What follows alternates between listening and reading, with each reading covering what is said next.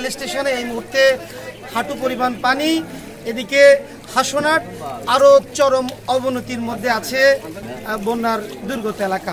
আর যারা স্বাস্থ্য নিয়ে কাজ করছেন তাদেরকে এই নোয়াখালী বিশেষ করে মাইজদি ফতেপুর এলাকার আশ্রয় কেন্দ্রগুলোতে স্বাস্থ্যসেবা নিয়ে এগিয়ে আসার আহ্বান জানাচ্ছি।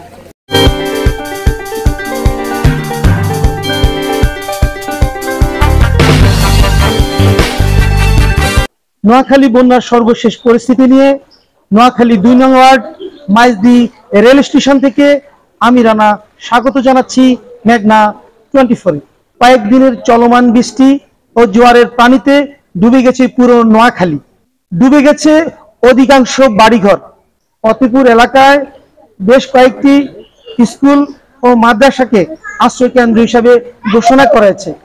সেখানে অবস্থান করছে ৮০০ থেকে ১০০০ শিশু, বৃদ্ধ সহ সাধারণ মানুষ। এলাকার মানুষ তাদের ব্যক্তিগত উদ্যোগে এই আশ্রয় কেন্দ্রগুলোতে খাবার সরবরাহ করছে। গবাদি পশুর জন্য মাইজদি রেল স্টেশনে একটি আশ্রয় কেন্দ্র খোলা হয়েছে। নোয়াখালীর বিভিন্ন স্থানে বাংলাদেশের বিভিন্ন জেলা ও বিশ্ববিদ্যালয় থেকে ত্রাণ সামগ্রী আসতে শুরু করেছে। অনিষ্কাশন ব্যবস্থা ও বিশুদ্ধ পানির অভাবে এরই মধ্যে আশ্রয় কেন্দ্রগুলোতে মানুষের স্বাস্থ্যসেবার ঝুঁকিতে পড়েছে। শিশুদের মধ্যে ডায়রিয়া, সর্দি, কাশি সহ অন্যান্য অসুস্থতার লক্ষণ দেখা গেছে। অতিবৃষ্টি ও জোয়ারের পানির প্রভাবে এ অঞ্চলের অধিকাংশ বাড়িঘর ডুবে গেছে রেল লাইনের স্লিপার। সাধারণ মানুষ তাদের জীবন বাঁচাতে আশ্রয় কেন্দ্রে আশ্রয় নিয়েছে। শুধু আমরা বন্যার সর্বশেষ পরিস্থিতি নিয়ে আমরা কথা বলবো সাধারণ মানুষের সাথে। আমার বাড়িতে এখন উঠালে আছে 3 ফুট পানি, ঘরে আছে 1.5 ফুট পানি আছে ঘরের ভিতরে। হাজার হাজার বাড়ি, আমার ঘর না, হাজার হাজার বাড়ি এই অবস্থাতে পানির তলে আছে। হাজার হাজার ঘর পানির তলে আছে। এখন আমি আশ্রয় নিছি ফতেপুর স্কুলে, আশ্রয় নিছি। হাজার হাজার মহিলা ওইখানে, পুরুষ মহিলা ওইখানে বাস করতেছে। আজ 5-7 দিন 6 দিন তলাক ওইখানে আমি দিছি। গরু গোতান সব আমার আরেক জায়গায় রাখছি, আমি ঘরে রাখতে পারি না, জায়গা রাখতে পারি না। আরো জায়গায় আছে কিনা মরে গেছে তাও জানি না, যাইতে পারি না।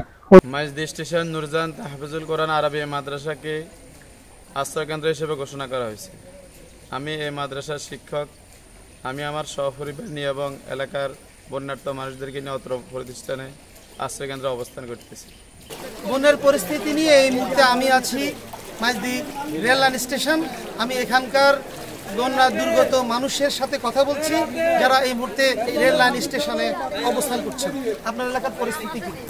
আমাদের এলাকার পরিস্থিতি এখন বর্তমানে পানির নিচে আছে, সম্পূর্ণ ঘর বাড়ি সম্পূর্ণ পানির নিচে আছে। মানুষ মানুষের কষ্টের কোনো সীমা নাই।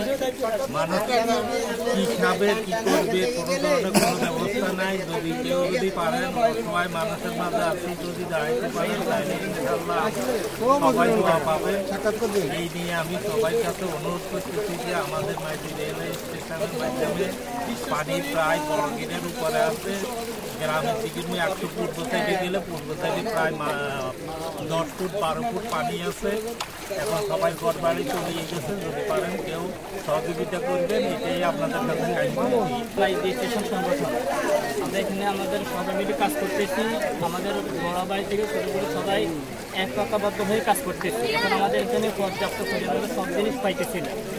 আমাদের নৌকা দরকার, নৌকা পাইতেছি না। যতটুকু কয়টি আশ্রয় কেন্দ্র আছে? আমাদের এখানে 6টি আশ্রয় কেন্দ্র আছে, একটি গরুর আশ্রয় কেন্দ্র আছে, মোট 7টি আশ্রয় কেন্দ্র আছে। আমরা এখানে চেষ্টা করতেছি যথাসাধ্য, কিন্তু আমাদের খাওয়ার পরিমাণ যতটুকু দরকার শুকনো খাবার আজকে সম্ভবত আছে। রেল স্টেশনে এই মুহূর্তে হাঁটু পরিমাণ পানি, এদিকে হাসনাট আরও চরম অবনতির মধ্যে আছে বন্যার দুর্গত এলাকা।